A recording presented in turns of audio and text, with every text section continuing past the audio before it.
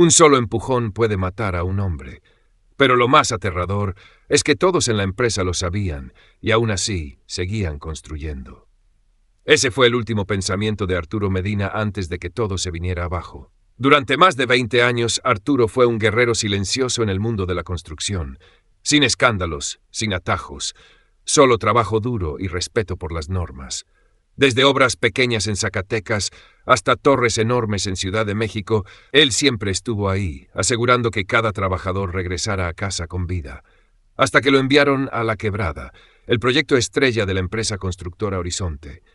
Al principio todo parecía normal, pero tras unas semanas Arturo notó señales inquietantes, cascos que desaparecían, arneses que faltaban, andamios que temblaban como si fueran de papel.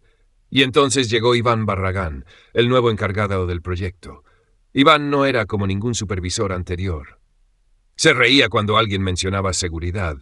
Trató a los trabajadores como piezas reemplazables y le dijo a Arturo: «Tú solo firma, no mires hacia abajo, nosotros nos encargamos». Pero Arturo no podía mirar hacia otro lado. Para él cada error costaba vidas. Así que empezó a documentar todo, fotos, reportes, notas. Y cuando levantó la voz, 3 días después lo despidieron, sin explicaciones, sin despedida. Solo un sobre blanco y la mirada fría de recursos humanos. En ese momento, Arturo no lo sabía. Pero acababa de tocar los cimientos podridos de una maquinaria corrupta que operaba debajo del concreto de La Quebrada. En México, decir la verdad no siempre salva vidas, a veces destruye carreras. Y eso fue lo que Arturo Medina entendió con cada fibra de su ser. Desde el día en que lo despidieron sin previo aviso, Arturo no pudo dormir tranquilo. No por el dinero, él siempre fue un hombre sencillo, sino por el pensamiento de que alguien podría morir en La Quebrada por su silencio. Recordaba claramente el día en que Iván Barragán ordenó a unos soldadores trabajar en el piso 14 sin arneses de seguridad. Arturo lo confrontó, pero Iván solo sonrió con desprecio. «Te preocupas demasiado, aquí todos trabajan así, y si no puedes con eso, vete». Pero Arturo no se fue. Al contrario, empezó a documentar todo. Fotos, correos, reportes. Enviaba todo al departamento de calidad, creyendo que ahí encontraría justicia. Pero no. Cada vez que enviaba un informe, recibía una llamada misteriosa desde el área técnica. Primero fue una advertencia amistosa, luego un tono más serio. A la tercera vez, lo echaron sin contemplación. Arturo comprendió que esto iba más allá de Iván. Acelerar el proyecto a toda costa no era solo una orden, era una red bien engrasada de corrupción, presión política y dinero manchado de concreto. Buscó a excompañeros, los que también habían visto cosas. Algunos tenían miedo, otros fingían no recordar. Pero poco a poco, unos cuantos accedieron a hablar de manera anónima. Arturo compiló un expediente completo con evidencia, fotos, videos, grabaciones donde Iván ordenaba ignorar los protocolos para ganar tiempo. Entonces buscó a Mariana Cruz, una periodista independiente famosa por destapar el caso del metro en 2022. Cuando escuchó la historia, Mariana se quedó en silencio por varios minutos y luego preguntó: «Sabes que esto podría meternos en serios problemas, ¿verdad?». Arturo la miró firme. «Si no hago nada, alguien va a caer de ese andamio mañana». ¿Quieres seguir trabajando aquí? Entonces olvídate del reglamento. Esa frase de Iván Barragán retumbaba en la cabeza de Arturo Medina como un eco maldito. Esa noche no se fue directo a casa. Se quedó parado, viendo los andamios tambalearse con el viento. Allá arriba, los obreros seguían soldando y perforando, sin arnés, sin casco, sin vigilancia. Le hervía la sangre. No por él, sino por esos hombres que arriesgaban su vida solo para que un calendario se cumpliera.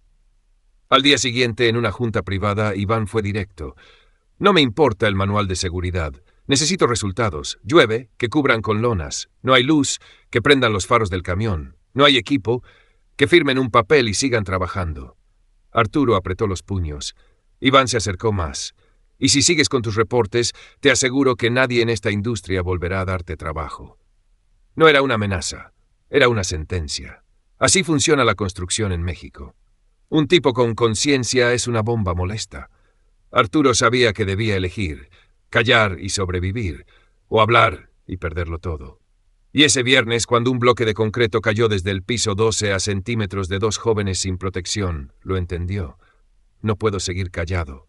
Empezó a grabar reuniones, tomó fotos, filmó con su celular a los trabajadores obligados a estar 16 horas sin descanso. Una vez le preguntó a un albañil, ¿y por qué no le dicen algo al sindicato? El hombre soltó una risa triste. ¿Usted cree que el sindicato no está metido en esto también? Iván lo controlaba todo. Tenía poder y también protección de gente poderosa. Pero Arturo no se detuvo. Cada prueba, fotos, audios, testimonios, la duplicaba.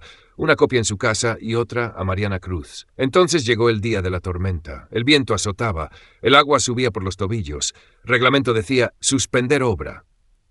Pero Iván gritó, ¡a trabajar! Si paramos hoy, nos atrasamos 2 semanas. Arturo ya no aguantó más. Caminó al centro del sitio y gritó, ¡todos deténganse! ¡No se puede trabajar así! Todos lo miraron. Iván rugió como fiera y lo empujó al suelo. ¿Quién carajos eres tú para decirme qué hacer? Arturo sangraba del pómulo, pero se levantó y no se cayó otra vez. Ese día lo corrieron. Pero la verdad ya no se podía detener. Algunos prefieren callar para estar seguros, pero otros, como Arturo, eligen enfrentarse solos, con tal de proteger la verdad. Arturo sabía que quedarse callado sería más fácil. Podría seguir cobrando su salario, aparentar ser el veterano obediente, cerrar los ojos ante los errores, pero eso lo condenaría a no dormir en paz cada noche. Cada vez que veía a un obrero casi caer por una estructura mal soldada o a un joven trabajando sin casco entre polvo y andamios temblorosos, algo dentro de él se rompía. No podía pretender que no pasaba nada. En lugar de ignorar, decidió actuar. Pero no con gritos ni confrontaciones, sino como un guerrero silencioso en un campo de batalla escondido. Empezó a tomar fotos de los tubos mal fijados, de los charcos peligrosos cerca de cables eléctricos, de escaleras rotas que aún se usaban. Anotaba todo, fecha, hora, lugar, personas presentes. Todo lo guardaba en una pequeña libreta que siempre llevaba en el bolsillo izquierdo del pecho. Sabía que su palabra no bastaría contra todo un sistema podrido. Así que guardó cada correo que Iván le enviaba, sobre todo los que decían frases vagas como «hay que ser más flexibles» o «no exageres con la seguridad». Cada vez que Iván lo llamaba a su oficina, Arturo activaba la grabadora de su celular, escondido en el bolsillo. Sabía que eso era arriesgado, pero más peligroso era permitir que la verdad se enterrara para siempre. Una vez, Iván le soltó con tono áspero, «Arturo, entiende que estás frenando el proyecto. A mí me trajeron para acelerar, no para escuchar tus cuentos sobre cinturones de seguridad». El desprecio en su voz, la amenaza implícita, todo quedó grabado.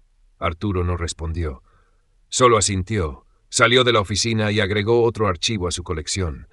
Arturo no sabía aún qué haría con ese arsenal de pruebas. No todavía. Pero creía firmemente que un día, cuando saliera la verdad a la luz, él tendría cómo hablar, cómo demostrar. Y cuando llegara ese día, nadie podría silenciarlo jamás.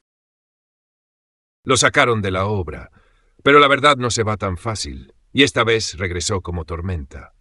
Ser despedido de Constructora Horizonte no fue el final. Para Arturo fue solo el principio de una batalla mucho más grande, una donde ya no tendría que callar ni temer. Durante 3 días seguidos, después de dejar la empresa, Arturo casi no se levantó del pequeño escritorio en la esquina de su sala. Frente a él, una laptop vieja, una taza de café negro intenso y una pila de documentos marcados con post-its de colores. Escribió un informe de casi 40 páginas detallando todo con precisión quirúrgica. Fechas, violaciones, fotos, grabaciones y correos electrónicos de Iván. No dejó ni una pieza fuera. Al 4.º día, Arturo se presentó en la oficina de la Secretaría del Trabajo y Previsión Social. Llevaba puesta una camisa vieja, el cabello bien peinado y una mirada que ardía como si llevara un incendio en el alma. Al cruzar la puerta de cristal del edificio, ya no era un obrero, era un denunciante. Al principio, el funcionario que lo atendió se mostró escéptico al escuchar que se trataba de una empresa grande como Horizonte, pero bastaron unos minutos revisando el informe para que su rostro cambiara.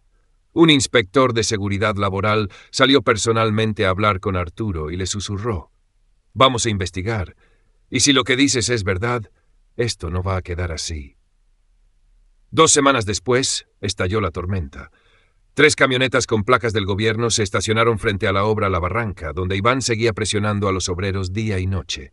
Más de 10 inspectores bajaron de los vehículos, uniformados, cascos puestos, sin decir una sola palabra innecesaria. Iván salió a recibirlos, forzando una sonrisa. ¿Y por qué no avisaron antes? Nadie le respondió. En su lugar comenzaron a revisar todo, zona por zona, trabajador por trabajador, herramienta por herramienta. Escaleras rotas, cables pelados, cascos falsos, todo se documentó. El jefe del equipo solo preguntó ¿quién autorizó que trabajaran así? Iván no dijo nada. Su rostro perdió color. Sus ojos no paraban de moverse. A la distancia, desde una camioneta estacionada al otro lado de la calle, Arturo observaba con las manos firmes sobre el volante. No sonreía, pero por primera vez en meses se sentía en paz. Cuando la verdad comienza a filtrarse, los culpables no se quedan callados. Entran en pánico, y cuando el poder tiene miedo, se vuelve más peligroso que nunca.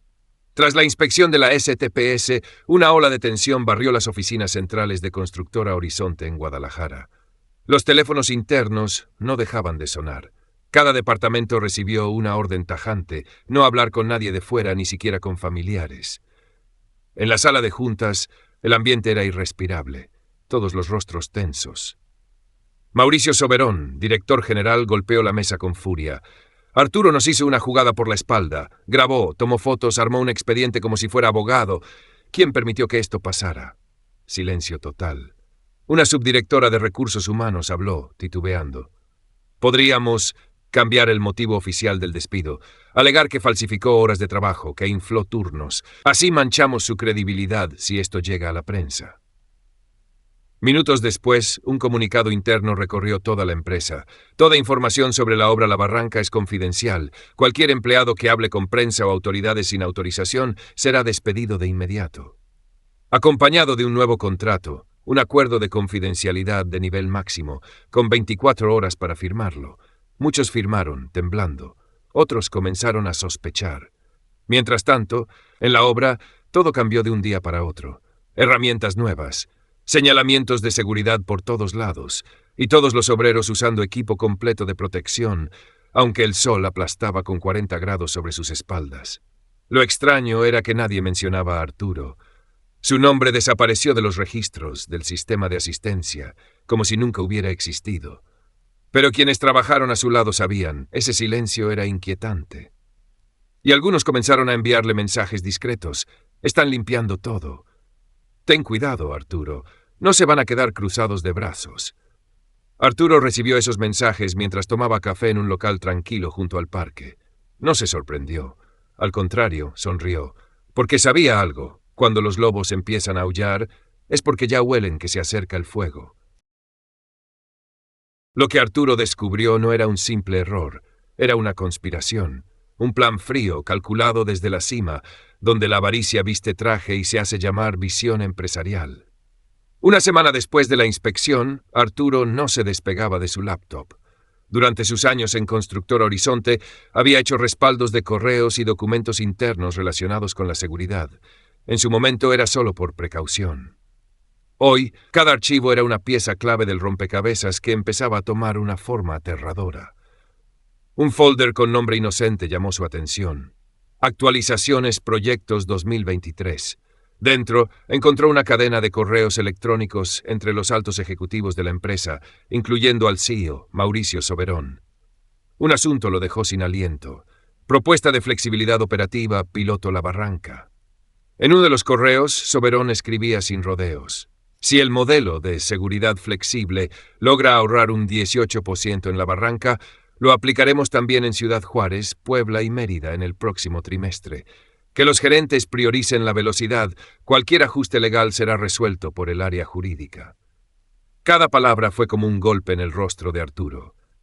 Esto ya no era cosa de Iván Barragán.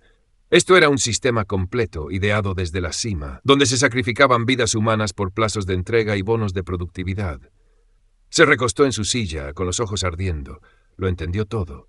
Si solo denunciaba ante la STPS, la maquinaria seguiría funcionando. Obreros en otras ciudades seguirían arriesgando su vida por una estrategia disfrazada de eficiencia. Necesitaba dar un paso más, sacar todo a la luz. Esa misma noche, Arturo contactó a una periodista reconocida por investigar accidentes laborales en Veracruz. No pidió anonimato, al contrario, quería dar la cara. Porque ahora no era solo un ingeniero despedido, era el portador de la verdad.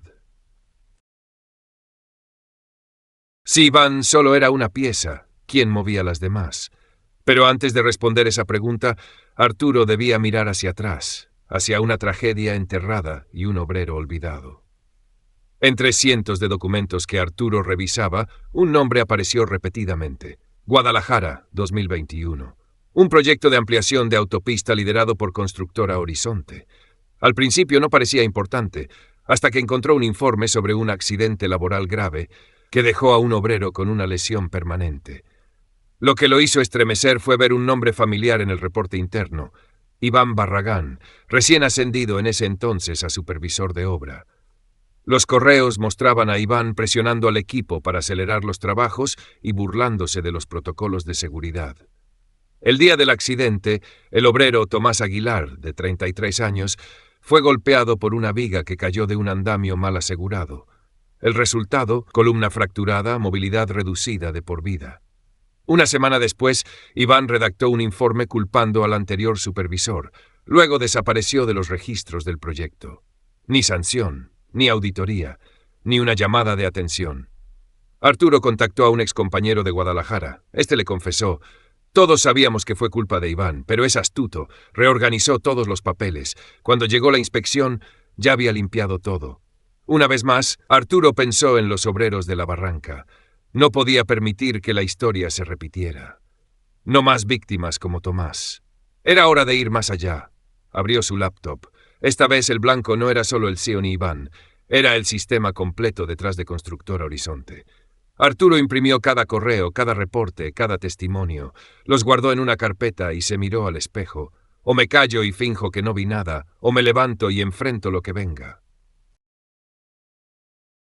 Cuando el pasado es enterrado, solo una voz valiente puede sacudir todo un sistema. Esa voz es Roberto Salinas, un hombre que vio su carrera destruida, pero nunca se cayó.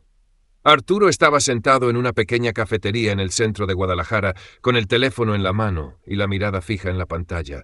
Después de semanas de búsqueda, finalmente logró contactar a Roberto Salinas. Un ex supervisor de obra que fue aplastado por denunciar las mismas violaciones a la seguridad que en la barranca. Roberto no escondía la amargura en su voz al contar su historia. Arturo: destruyeron mi carrera solo porque no quise cerrar los ojos.